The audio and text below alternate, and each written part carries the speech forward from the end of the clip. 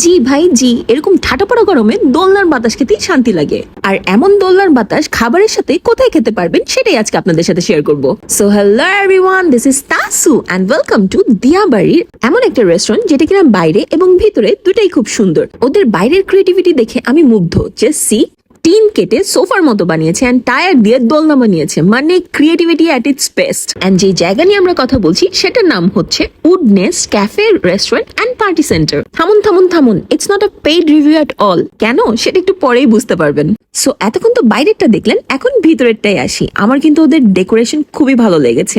ওরা একদম different criteria রেখেছে সিটিং অ্যারেঞ্জমেন্টে, যেমন এখানে দস্তরখানা, এখানে দোলনা, ওইখানে normal. And the best part was ওদের ইনডোর একটা প্লে জোন ছিল যেটা খুবই ছোট বাট খুবই কিউট, যেখানে আমার গুল্টু বেবিটা অনেক এনজয় করেছে। ফার্স্টে তো ও একাই ছিল, বাট দেন অনেকগুলো বেবিজ অ্যাড হয়ে গেছিল। অ্যাকচুয়ালি প্যারেন্টসরা এরকম একটা স্পেস খুঁজে যেখানে বাচ্চারাও এনজয় করতে পারবে, প্লাস পার্টনাররা একটা কোয়ালিটি টাইম স্পেন্ড করতে পারবে। And we were no different from them. So আপনারা চাইলে এখানে কিন্তু অবশ্যই আসতে পারেন। বাট ওয়েট, মনের চোখের সবকিছুর কথা তো বললাম, বাট পেটের কথা কে বলবে? সো আমরা নানের সাথে অর্ডার করেছিলাম শিক কাবাব, রেশমি কাবাব এন্ড দেন ওদের স্পেশাল চাউমিন।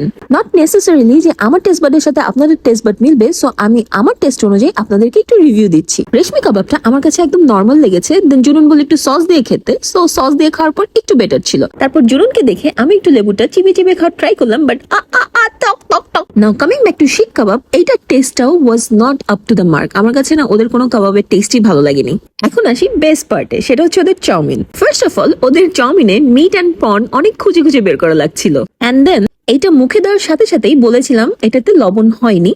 ওদেরকে একটু ঠিক করে আনতে বললাম, বাট ওরা রিটার্ন এনে জানালো যে ওদের শেফ বলেছে এটাতে নাকি একদম পারফেক্ট লবণ আছে। তারপর আর কি দুঃখী আত্মার মতো ওদের কাছ থেকে কাঁচা লবণ চেয়ে সেটাই উপরে ছিটিয়ে খেলাম। এন্ড লাস্ট ভরসা ওয়াজ দ্য কোলা, যেটা খেয়ে অ্যাকচুয়ালি একটু শান্তি পেয়েছি, বাকি আর কিছুতেই শান্তি পাইনি। এন্ড এটা হচ্ছে ওদের দোতলাটাও সুন্দর করেছে। সো আমি তো আমার রিভিউ দিয়ে দিয়েছি, বাকিটা আপনাদের উপর, আপনারা যাবেন কিনা, খাবেন কিনা। এন্ড এই গরমে রান্নার ভিডিওগুলো দিতে পারছি না বলে খুবই দুঃখিত, বাট আই হোপ আপনাদের এই ভিডিও ভালো লেগেছে। এন্ড ভালো না লাগলেও please don't forget to share. So that's it for today. Thank you for watching. Tara. See you again.